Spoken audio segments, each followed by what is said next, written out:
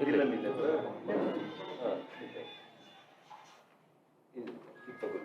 Connect ಮಾಡಿ.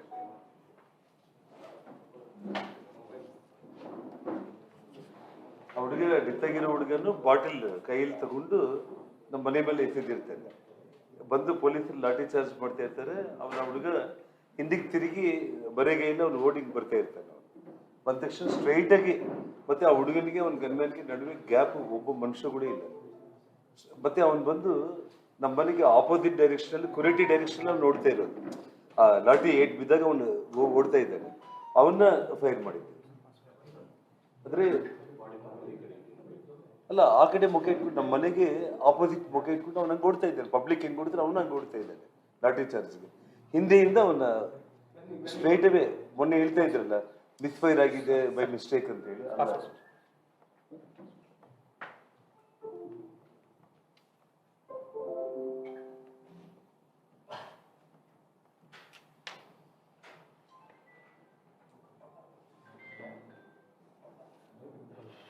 ಅಂದ್ರೆ ಆ ಗನ್ಮ್ಯಾನು ಅವನಿಗೆ ಮಧ್ಯದಲ್ಲಿ ಒಂದು ಗ್ಯಾಪ್ ಕೂಡ ಇಲ್ಲ. ಸ್ಟ್ರೈಟ್ ಅವೇ ಫೈರ್ ಮಾಡಿದ್ದಾರೆ. ಮತ್ತು ಅವನು ರಾಷ್ಟ್ರಕ್ಕೆ ಡೆತ್ ಆಗಿರೋದು ಟಾಪ್ ಕ್ಯಾಂಡಿಡೇಟ್ಗಳಲ್ಲಿ, ಅವನು ಬರೋದ್ ಹಿಂದೆ ಓಡಾಡೋ ಕ್ಯಾಂಡಿಡೇಟ್ಗಳಲ್ಲಿ ಇಂಪಾರ್ಟೆಂಟ್ ಕ್ಯಾಂಡಿಡೇಟ್. ಮತ್ತು ಈ ವಿಷಯದಲ್ಲಿ ಸತೀಶ್ ರೆಡ್ಡಿ ಸಂಬಂಧ ಇಲ್ಲ. ಸತೀಶ್ ರೆಡ್ಡಿದು ಘಟನೆ 7:30 ಒಳಗಡೆ ಮುಗ್ದೋಯ್ತು. ನಾನು ಬಂದ ತಕ್ಷಣ ಫೈರಿಂಗು, ಗಲಾಟೆಗಳು ಇದೆಲ್ಲ ಮುಗ್ದೋಯ್ತು. ಅವನ ಆಸ್ಪತ್ರೆಗೆ ತಗೊಂಡೋದ್ರು, ನಮ್ಮವ್ರನ್ನ ಆಸ್ಪತ್ರೆಗಳಿಗೆ ತಗೊಂಡೋದ್ರು, ಅದು ಮುಗ್ದೋಯ್ತು.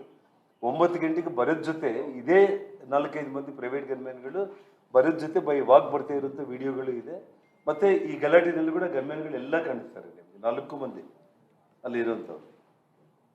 ಅಂದ್ರೆ ಅವ್ರದ್ದು ಡೈರೆಕ್ಷನ್ ಏನಿತ್ತು ಅಂದ್ರೆ, ಯಾರಾದ್ರೂ ವಾಲ್ಮೀಕಿ ಹುಡುಗರನ್ನ ಇನ್ನೊಬ್ಬರನ್ನ ಏನಾದರೂ ಫೈರ್ ಮಾಡಿಬಿಟ್ರೆ ಡೇಂಜರ್ ಆಗುತ್ತೆ, ಯಾರನ್ನಾದ್ರೂ ಒಬ್ಬರನ್ನ ಕೊಂದು ಇವ್ರಿಗೆ ಏನಾದರೂ ತೊಂದರೆ ಮಾಡಬೇಕು ಅಂತೇಳಿ ಆ ರಾಜಶೇಖರನ ಹುಡುಗ ಈ ಪ್ರೈವೇಟ್ ಗನ್ಮ್ಯಾನ್ಗಳಿಗೂ ಗೊತ್ತು. ಯಾಕೆಂದ್ರೆ ದಿನ ಭರತ್ ಮನೆಗೆ ಬರೋರಲ್ಲಿ ಟಾಪ್ ಲಿಸ್ಟಲ್ಲಿ ಒಂದು ರಾಜಶೇಖರ್ ಒಬ್ಬನು, ರಾಜಶೇಖರನ ಹುಡುಗ ಕೂಡ ಒಬ್ಬನು. ಅಂದ್ರೆ ಏನಾದರೂ ಗಲಾಟೆಗಳಿದ್ರೆ ಅವ್ನಿಗೆ ಫೋನ್ ಮಾಡಿದ್ರೆ ಅವನೊಂದು 100 ಮಂದಿನ ಕರ್ಕೊಂಡು ಬರೋ ಕ್ಯಾಂಡಿಡೇಟ್ ಇವರು, ಯಾರು ಈ ರಾಜಶೇಖರ್. ಸೊ ಹಾಗಾಗಿ ಆ ಪ್ರೈವೇಟ್ ಗನ್ಮ್ಯಾನ್ಗಳಿಗೆ ಡೈರೆಕ್ಷನ್ ಅವನು ಭರತ್ರೆಡ್ಡಿ ಕೊಟ್ಟಿದ್ರೇನೆ ಆ ಹುಡುಗನ್ನ ಜಸ್ಟ್ 4-5 ಅಡಿಯಲ್ಲೇ ಈ ಬೆನ್ನಿಂದನೇ ಹಾಕಿ ಫೈರ್ ಮಾಡಿದ್ದಾರೆ. ಅಂದ್ರೆ ಒಬ್ಬರನ್ನ ಸಾಯಿಸ್ಬಿಟ್ಟು ಗಲಾಟೆನಲ್ಲಿ ಏನಾದರೂ ಕ್ರಿಯೇಟ್ ಮಾಡಬೇಕು ಅಂತ ಹೇಳಿ ಅವನು ಪ್ರಯತ್ನ ಮಾಡಿದ್ದಷ್ಟೇ. ನಿಮಗೆ ಸ್ಪಷ್ಟವಾಗಿ ಹೋಗೋದು ಕಾಣ್ತದೆ.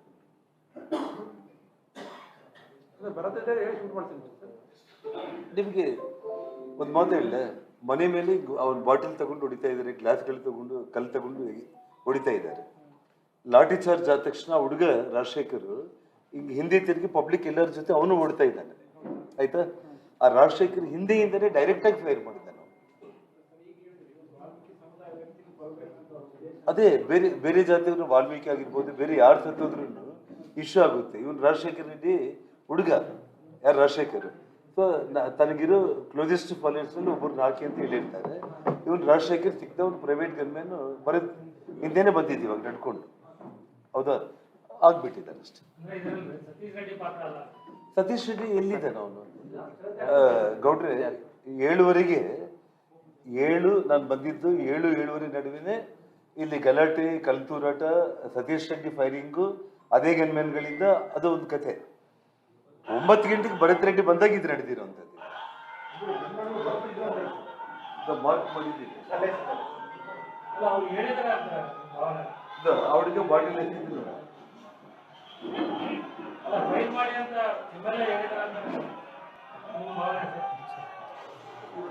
ನೋಡಿದ್ಮೇಲೆ ನಿಮ್ಗೆ ಏನ್ ಅನ್ಸುತ್ತೆ ನೀವೇ ಹೇಳಿ ನನಗೆ.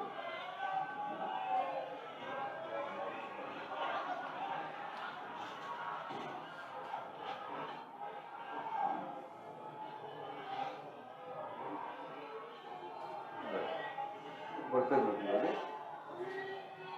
ಪಾಪ ಅವ್ನು ವಾಪಸ್ ಹಿಂಗೆ ಓಡಿ ಬರ್ತಾ ಇದ್ದ. ನಾವು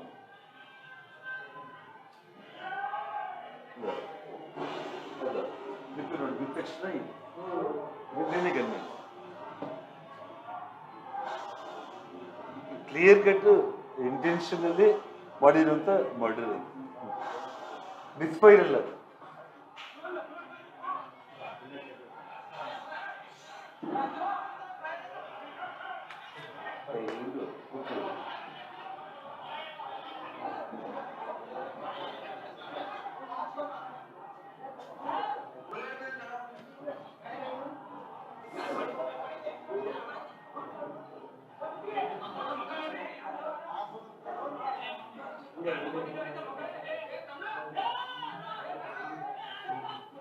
ಎ ರಾಜು ಎ ರಾಜಶೇಖರ್ ಅಂತ ಬಿಡ್ತಾರೆ.